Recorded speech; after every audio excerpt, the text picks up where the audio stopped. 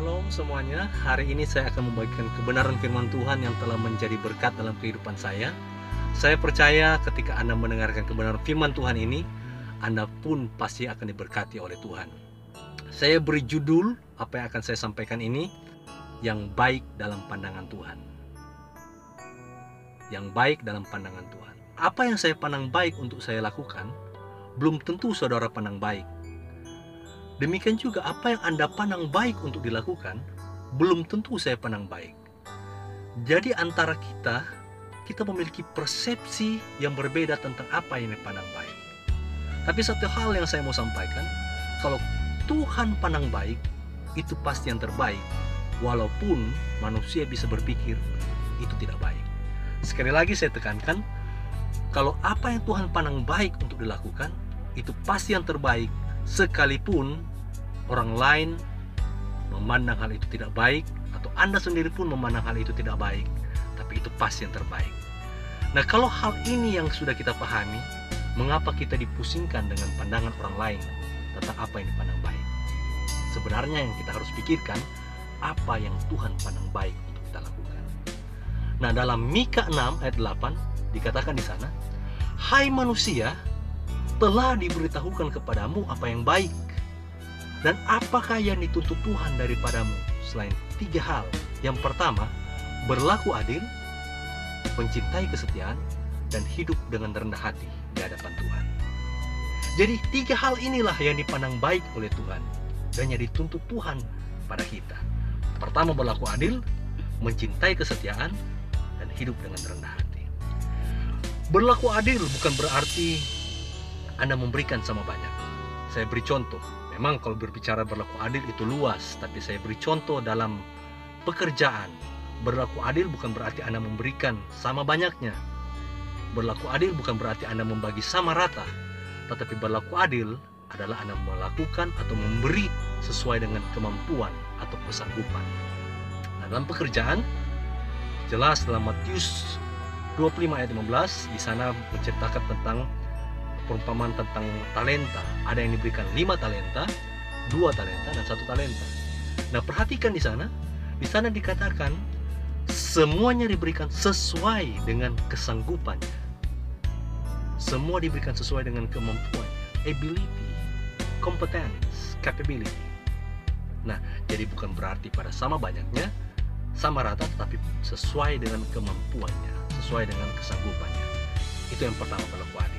Kalau kita berbicara berlaku adil, ada 3 hal yang kita harus pahami. Pemerintah terhadap rakyat, rakyat terhadap pemerintah, orang tua terhadap anak-anak, anak-anak terhadap orang tua, karyawan terhadap pemimpin perusahaan, pemimpin perusahaan terhadap karyawan.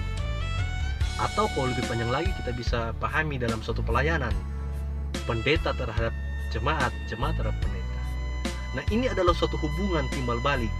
Kalau Anda tidak melakukan hal yang adil, ketidakadilan menimbulkan pemberontakan. Satu hal yang saya perlu tekankan, ketidakadilan menimbulkan pemberontakan. Berapa banyak Anda ketemui dalam pemerintahan ketika rakyat melihat bahwa pemerintahan yang berjalan tidak adil, maka timbullah pemberontakan. Berapa banyak Anda melihat kasus demi kasus ketika orang tua berlaku tidak adil terhadap anak-anaknya, maka anak-anak mulai memberontak terhadap orang tua. Demikian juga Anda melihat pemberontakan pun terjadi di dalam gereja ketika jemaat melihat bahwa pemimpin dalam gereja melakukan hal yang tidak adil di dalam gereja. Bagaimana Anda berlaku adil? Anda lakukan sesuai dengan kebenaran firman Tuhan dalam Matius 25 ayat 15, 5 talenta, 2 talenta, 1 talenta, semuanya diberikan sesuai dengan kesanggupannya. Yang kedua, mencintai kesetiaan. Nah, firman Tuhan dalam Amsal 19 ayat 22, di situ dikatakan dengan baik. Amsal 19 ayat 22 dengan jelas dikatakan bahwa sifat yang paling diinginkan pada manusia adalah kesetiaannya. Jadi Anda tahu bahwa ternyata kesetiaan inilah yang dicari dalam setiap pribadi. Kalau Anda hidup dalam kesetiaan, Anda melakukan hal-hal yang setia, Anda setia dalam pekerjaan Anda setia dalam kehidupan berhubungan dengan suami istri, setia dalam pernikahan, setia dalam usaha Anda, setia dalam pelayanan, Anda pasti berhasil. Karena sifat yang paling diinginkan pada manusia itu adalah kesetiaan. Dan yang ketiga adalah hidup dengan rendah hati. Anda pernah mendengar suatu pandangan yang mengatakan bahwa orang kalau mengatakan bahwa dia sudah rendah hati, berarti dia sombong. Atau Anda mengatakan kurang lebih hal yang sama, bahwa orang belum rendah hati ketika dia menyebutkan bahwa dia rendah hati. Apakah benar seperti itu? Nah, berbagai pandangan bisa Anda dengarkan seperti itu, tapi apa kata kebenaran firman Tuhan? Tuhan Yesus sendiri mengatakan bahwa belajarlah kepadaku karena aku rendah hati dan lemah lembut. Apakah Tuhan Yesus sombong? Apakah Tuhan Yesus tidak rendah hati karena Tuhan Yesus mengatakan hal seperti ini? Mungkin Anda berkata bahwa itu karena Tuhan Yesus yang mengatakan. Perhatikan dalam Bilangan 12 ayat 3, Musa mengatakan bahwa di seluruh muka bumi ini Musa adalah orang yang paling rendah hati. Dalam terjemahan bahasa Inggris dikatakan di situ bahwa dia orang yang paling rendah hati. Nah, apakah Musa itu sombong? Antara Musa itu yang menuliskan kitab Taurat, berarti Musa sendiri yang menuliskan dan menyebut namanya sebagai manusia yang paling rendah hati di seluruh muka bumi. Bagaimana supaya kita hidup rendah hati? Nah, Paulus menuliskan dalam Filipi 2 ayat 3, hendaklah setiap orang hidup dengan rendah hati. Dengan cara apa? Dengan cara tidak mencari kepentingan diri sendiri, tetapi memandang atau menganggap setiap orang lain lebih utama dari diri Anda sendiri. Cara supaya kita hidup dengan rendah hati adalah kita menganggap bahwa setiap orang itu diciptakan Tuhan unik, memiliki potensi tersendiri, sehingga kita menganggap bahwa setiap orang itu memiliki hal yang dia bisa lakukan lebih baik dari Anda. Ketika Anda punya mindset seperti ini, Anda tidak akan memandang rendah orang lain, tapi Anda akan menganggap setiap orang itu memiliki kemampuan yang baik, diciptakan dengan keunikan masing-masing, dan Anda akan menghargai orang lain itu, dan Anda akan hidup dengan rendah hati.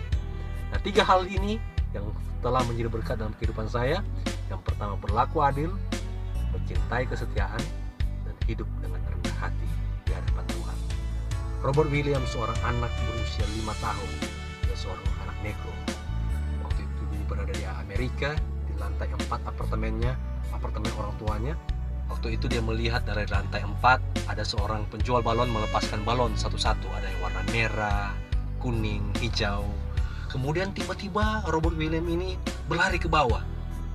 Dia berlari ke bawah, kemudian sambil dia menangis, dia berteriak kepada penjual balon ini. Dia bilang, kenapa tidak ada balon warna hitam yang terbang? Oh, cepat-cepat penjual balon ini langsung berpikir, wah, ini masalah ras. Karena memang dia dari tadi berpikir memang tidak ada balon warna hitam yang dia terbangkan, yang dia lepas. Dibilang anak negro ini bilang, kenapa dari tadi saya perhatikan tidak ada balon warna hitam yang terbang? Oh, balon warna hitam tidak bisa terbang. Dia menangis. Cepat-cepat penjual balon ini, oh, ini masalah ras. Langsung dia ambil balon, dia cari balonnya warna hitam, dan dia langsung kembangkan dengan gas, dan dia lepas. Dia bilang begini, perhatikan. Kemudian lepas balon warna hitam itu. Balon warna hitam itu langsung terbang. Ketika balon warna hitam itu terbang, anak itu langsung berlari berputar-putar di halaman itu. Dia bilang, hore, ternyata balon hitam bisa terbang. Hore, balon hitam ternyata bisa terbang. Hore, ternyata balon hitam bisa terbang. Si penjual balon dari kejauhan cuma melihat-lihat, kemudian geleng-geleng kepala. Sesudah anak ini selesai, dia panggil anak itu, hei, sini. Dia bilang, kamu tahu, yang membuat balon-balon ini terbang bukan karena warnanya merah, hijau, kuning, dan bukan juga karena warnanya hitam, tapi yang membuat balon-balon ini terbang karena isinya. Saudara-saudara, cerita tersebut berakhir di sana. Tapi apa moral dari cerita tersebut? Anda bisa punya penampilan yang tidak begitu baik. Anda bisa terlahir dari latar belakang yang tidak begitu menguntungkan dari sisi finansial. Tapi kalau Anda memiliki ketiga hal ini, berlaku adil, mencintai kesetiaan, dan hidup dengan rendah hati di hadapan Tuhan, maka Anda akan melihat bagaimana Tuhan membawa Anda terbang tinggi, membumbung, melintasi langit biru. Bersama Tuhan Yesus, Anda akan lakukan perkara yang besar. Haleluya.